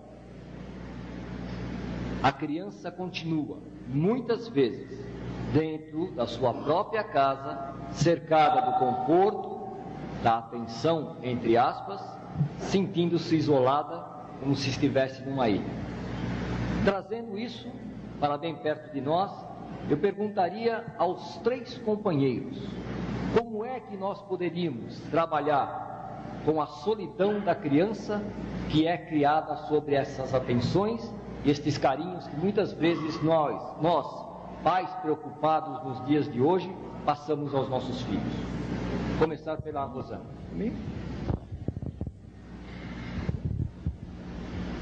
É se aproximar realmente da criança, né? Não existe, hoje ainda a gente vê esse casal dentro da casa, mas nós estamos vendo muitos casais que saem e deixam a criança em casa, casal que deixa a criança dentro do carro e vai beber, e o ladrão devolve a criança com o carro. É a coisa mais absurda que podia ter acontecido, né? E o ladrão ameaçou ainda, se pegasse a criança de novo no carro, sozinha, ia bater nos pais. Aonde é que está a responsabilidade ainda, né? Por isso que Jesus falava que as prostitutas e os ladrões nos precederão no reino de Deus, né? Então, ele está na frente. Então é a aproximação, é a renúncia, né? Eu, por exemplo, eu não assisto novela há muitos anos, nunca assisti, não dá tempo, né? Outro dia falaram de umas pessoas aí, eu falei, não sei quem que é. Ah, mas você mora onde? Em Marte? Eu falei, não, simplesmente eu não acompanho, eu não tenho tempo para isso. Então, o tempo é a qualidade que você vai estar com o teu filho, né? Prestando atenção. A hora que ele quiser te mostrar uma coisa, você tem que largar tudo e ir lá olhar.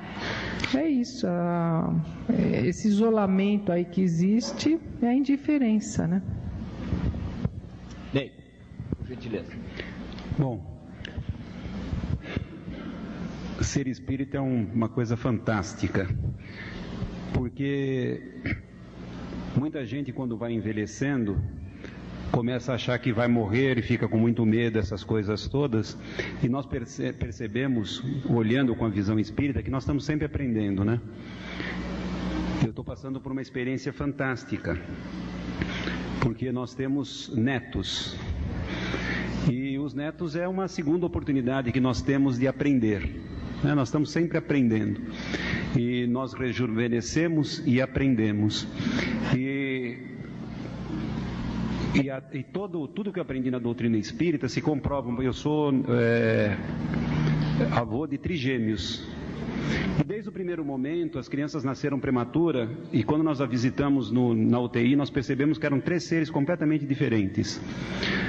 Quase 4 anos depois, nós olhamos e eles são exatamente aquilo que nós vimos nas UTIs. Eles representam exatamente, são espíritos independentes. E a coisa mais gostosa que tem é poder conversar e contar histórias para a criança, né? Então, essa oportunidade que nós estamos voltando a ter, porque eu tive uma oportunidade de morar num lugar também, meus filhos durante 12 anos não viram televisão. Não porque eu proibia, porque o lugar que eu morava não tinha televisão, graças a Deus. E eles tiveram a possibilidade dos livros. Então, o que eu digo é realmente isso. É aprender o processo do diálogo. Nós chegamos em casa muitas vezes cansados. Tem alguns pais que até chegam e os filhos estão dormindo, né? Nós sabemos que a vida moderna, a agitação, tudo isso dá esse tipo de coisa. Mas eu acho que todo momento que você puder valorizar a qualidade de estar com o filho, não perca essa oportunidade. Porque nós que hoje temos filhos já com 35 anos, quando a gente olha, a gente fala, mas parece que foi ontem que eu pegava essas crianças no colo. O tempo passa muito rápido. Então nós não podemos perder a oportunidade de vivenciar esse contato com os filhos. Isso é bom para eles, mas é muito bom para nós. Isso faz bem para eles, mas faz muito melhor para nós, porque nós estamos aprendendo. Dentro em breve, né, eu costumo dizer que mais cedo ou mais tarde, pelas leis de reencarnação, talvez um desses meus netos, ou talvez um bisneto que eu nem venha a conhecer, possa dar acolhida no seu lar. E eu não vou poder reclamar porque fui eu que há muito tempo atrás comecei o plantio de alguém que está se preparando para me receber. Então não tem investimento melhor, porque todo o dinheiro que você deixa na poupança, ele vai passar para outro, porque se a gente soubesse pela encarnação que daqui 3 encarnações a gente viria com o nome fulano de tal, a gente já depositaria na nossa conta, né? Mas uma coisa é certa, os nossos filhos, os nossos netos um dia vão nos receber. Então não tem investimento melhor do que nós sermos recebidos num lar que foi germinado dentro do amor, da solidariedade e, acima de tudo, sobre o diálogo. Paulo. Esta palavra final do Ney, diálogo, é algo que vem substituir todo o processo educativo do passado, que eu mencionei naquela hora, que vocês gostaram muito, mas que é um processo que não é possível ser aplicado hoje. Então, o que substitui este processo? O diálogo. O diálogo é a nossa ponte, é o nosso canal de comunicação com os filhos desde o ventre materno, na primeira infância, na adolescência, na idade adulta, e nós não temos feito uso do diálogo. Por não mais, esta é a primeira geração em que os pais obedecem os filhos. Os filhos mandam e os pais obedecem, é a primeira geração.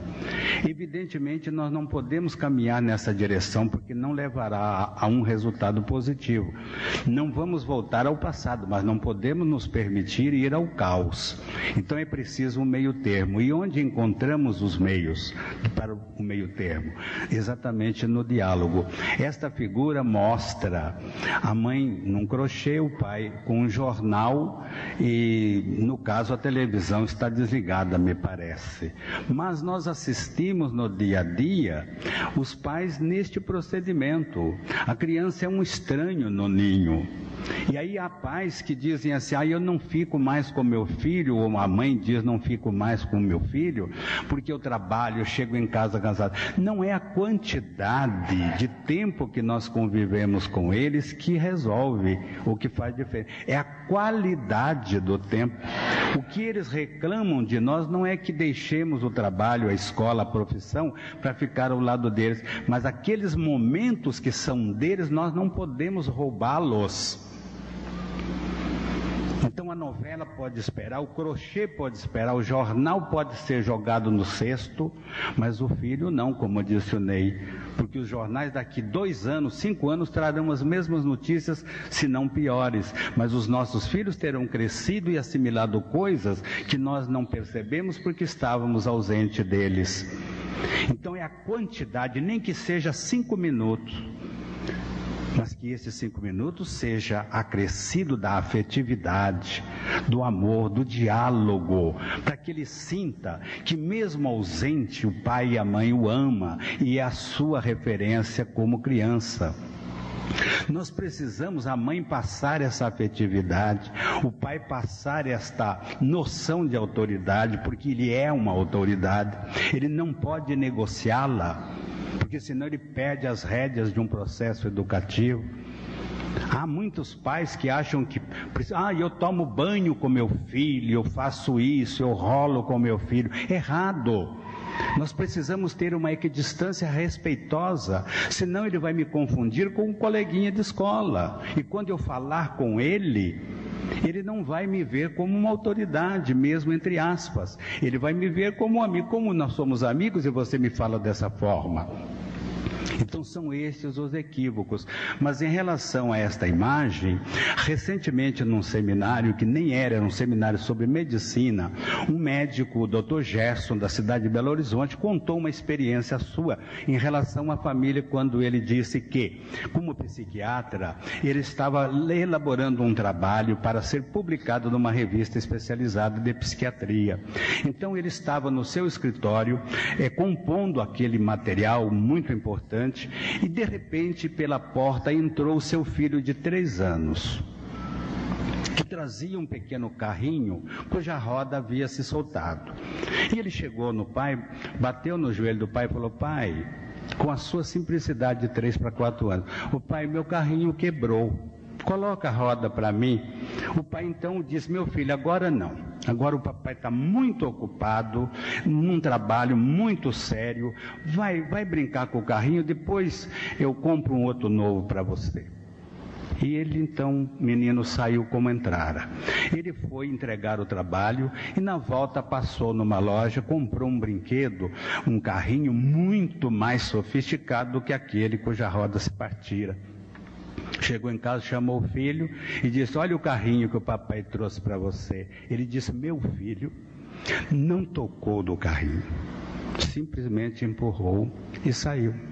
Porque naquele momento o que ele queria era que o pai pelo menos parasse aquilo, o jornal, a televisão, o crochê, seja lá o que for, e colocasse a mão, ou aconchegasse ele junto à perna, ou lhe desse um beijo. Ele sairia e ele continuaria o trabalho. Depois já não era mais o que ele queria. Então vejam bem que não é a quantidade, porque a gente sabe que a vida moderna está nos roubando o tempo dos nossos filhos. Mas o tempo que nós tivermos não é para o futebol, não é para a novela, não é para o jornal, é para eles se os tivermos. Vamos dar esse tempo a eles, eles não nos cobrarão mais do que nós podemos dar, tá certo? O Paulo acabou de tocar num ponto importante, quando ele disse não da quantidade, mas sim da qualidade. E nós estamos agora com uma pergunta à nossa frente dizendo: dedicamos tempo suficiente aos nossos filhos? Pergunto: que tipo de educação damos às nossas crianças? Mais uma pergunta. Vamos assistir ao vídeo.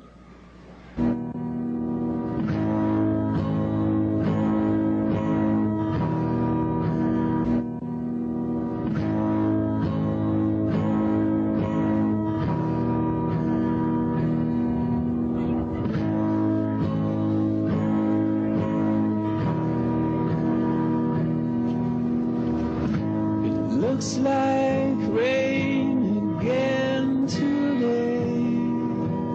Dark clouds gather and fill the sky. Don't know how to talk to you, just know how to say goodbye.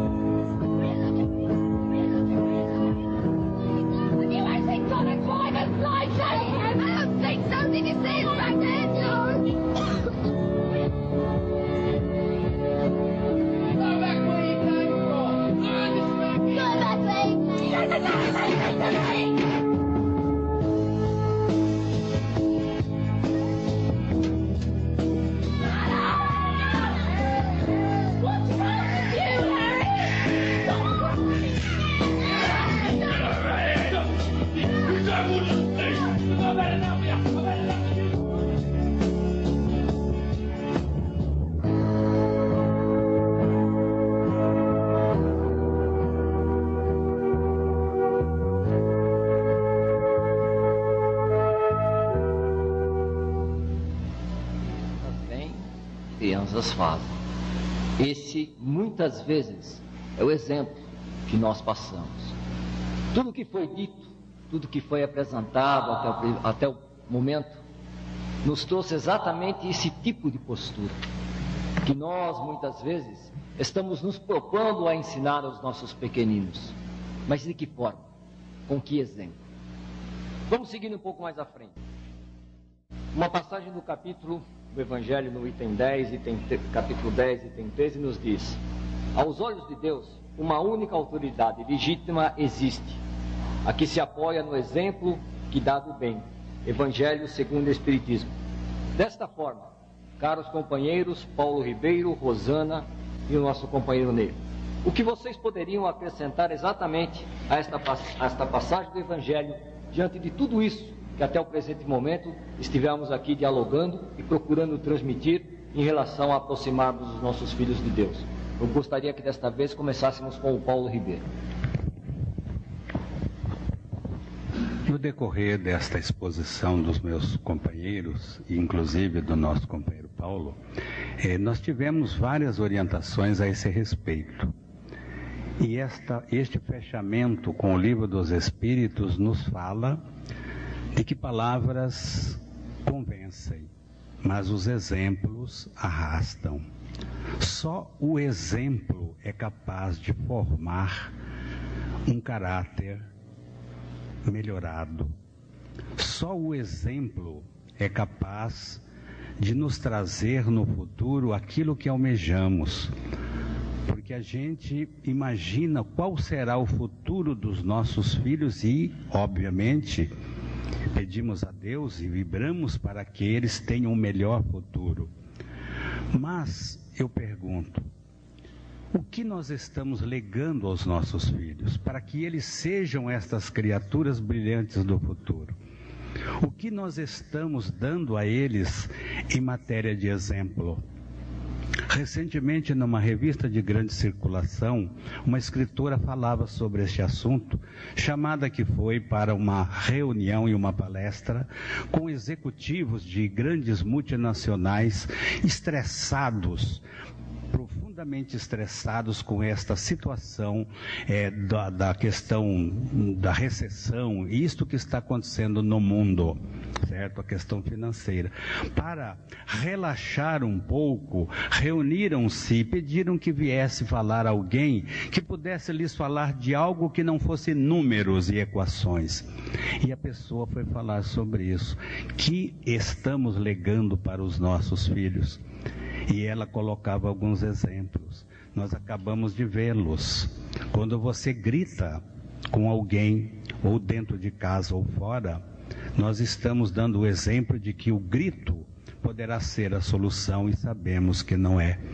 Quando nós agimos com violência em qualquer situação, seja contra uma planta, contra um animal, contra quem quer que seja, nós estamos passando exemplos aos nossos filhos e eles os copiarão na sociedade onde interagem.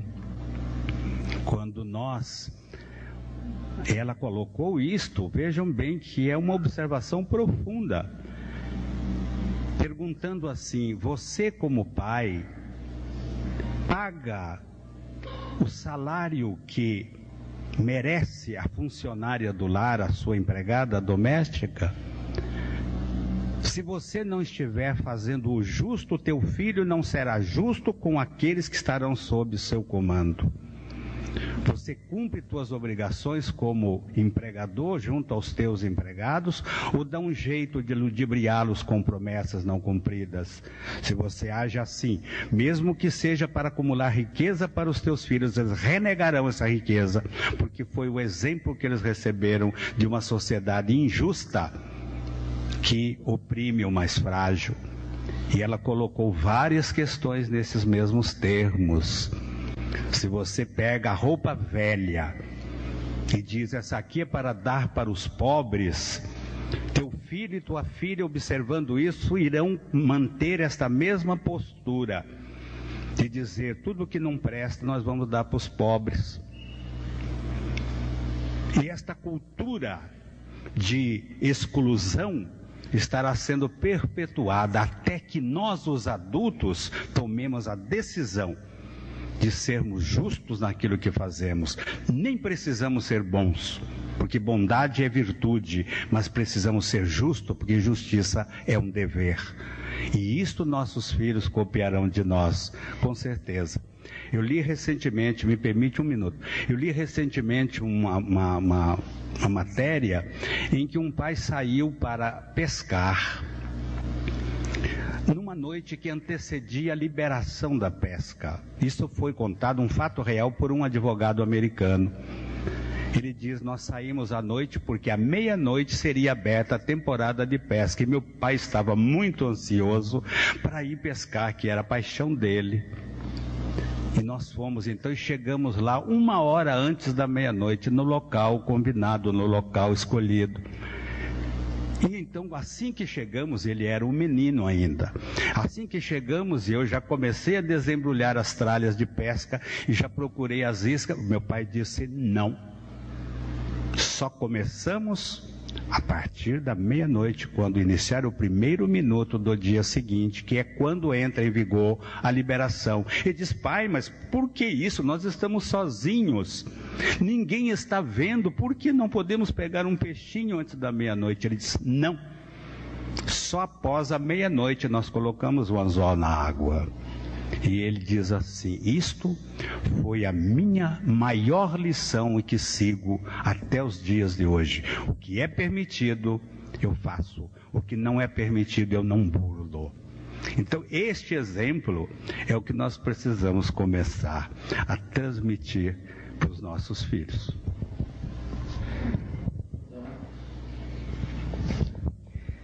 Eu queria trazer uma passagem de Mateus, capítulo 6, onde Jesus fala assim, item 31, versículo 31. Não andeis, pois, inquietos, dizendo, que comemos, ou que beberemos, ou com que nos vestiremos? Mas buscais primeiro o reino de Deus e a sua justiça, e todas essas coisas vos serão acrescentadas. Não vos inquieteis, pois, pelo dia de amanhã, porque o dia de amanhã cuidará de si mesmo. Basta cada dia o seu mal. Então é isso, gente. Buscai primeiro o reino de Deus. O restante vem tudo por consequência. Então essa aproximação do Filho de Deus é o que a gente tem que dar de mais importante para os nossos filhos. Quando perguntado aos espíritos qual foi o maior exemplo que ele nos deu, é a resposta mais simples que nós temos no livro dos Espíritos: Jesus. E nós vamos perceber que Jesus é exemplo. Jesus nos ensinou que nós devíamos fazer todo o bem a quem nos faz o mal. Eu digo que isso é muito bom de falar, mas muito difícil de fazer, porque nós ainda somos do olho por olho, dente por dente, nós preferíamos isso. E Jesus dá uma demonstração fantástica desse exemplo.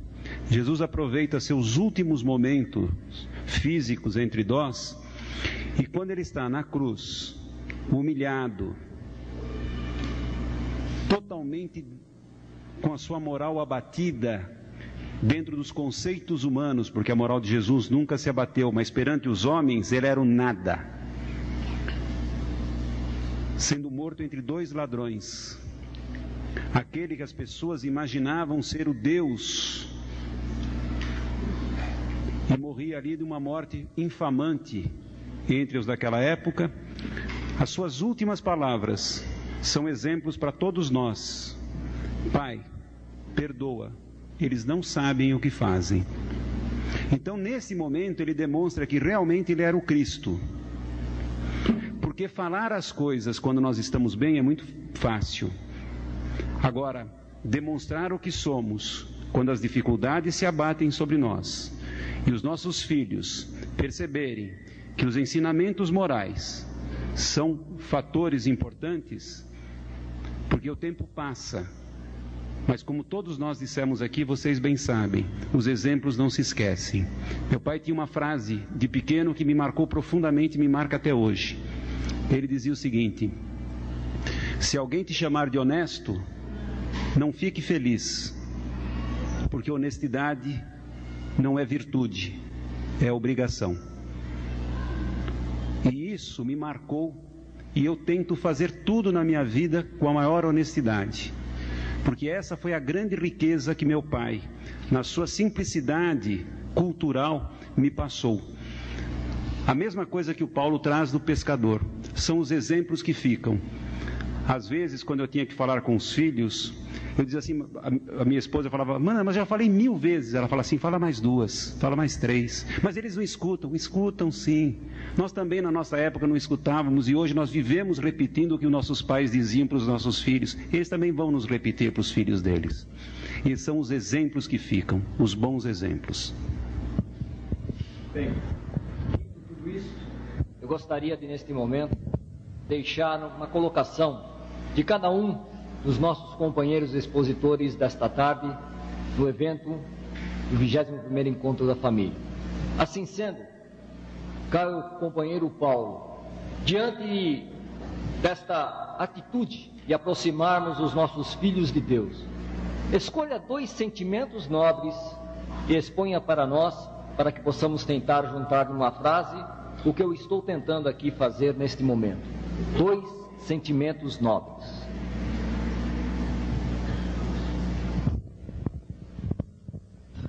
Em se tratando dos nossos filhos, que é o tema de hoje, como aproximá-los de Deus, eu deixaria para os nossos irmãos e irmãs duas coisas.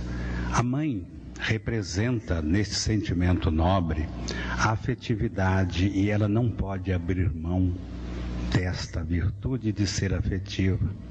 A mulher é dada a missão, a tarefa de passar para os filhos a afetividade, para que eles se alimentem dessa afetividade desde a sua geração e continuem recebendo. Mesmo que a vida moderna lhes tenha imposto uma sobrecarga de trabalho, que vocês estejam sobrecarregadas por cumprir tarefas externas e internas, porque a mulher trabalha em jornada dupla e às vezes tripla quando necessário. Então não abandonem a afetividade junto aos vossos filhos. Vocês, mulheres, mães, são as encarregadas de manter este vínculo da sensibilidade que tão bem faz a alma humana e que hoje nos faz recordar a mãe querida que já se foi nas suas expressões de afetividade. E para os pais, nós diremos: não abram mão da autoridade.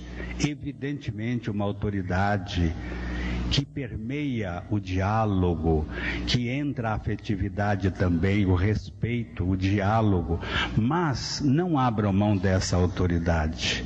Engolir sapo significa deseducar. E Samitiba, o grande educador da atualidade, ele nos ensina a mães e pais, a pais e mães: quem ama, educa. Esta é a palavra final.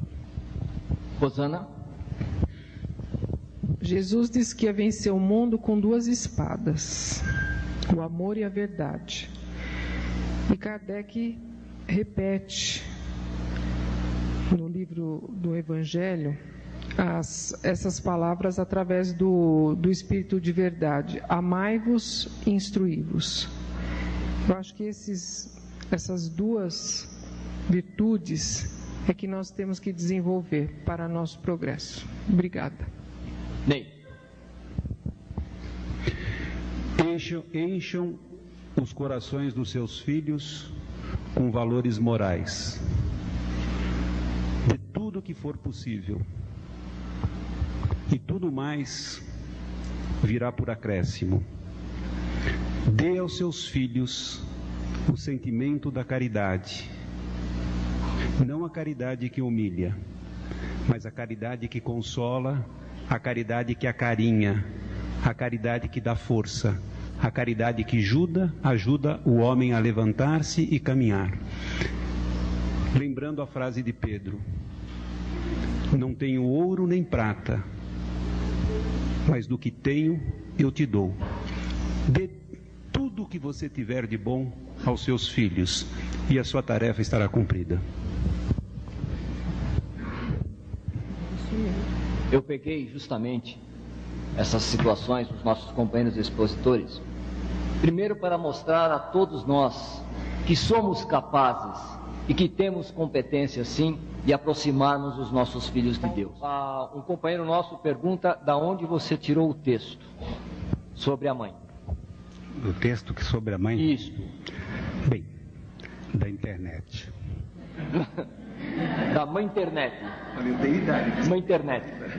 Vejam bem, quando eu tive contato com esse tema, eu disse: isso aqui eu jamais poderia escrever algo tão bonito, mas que me retrata interiormente. Então eu quis dividir com vocês. Eu não tenho habilidade para fazer uma coisa tão bonita, mas alguém teve e passou para nós, tá bom?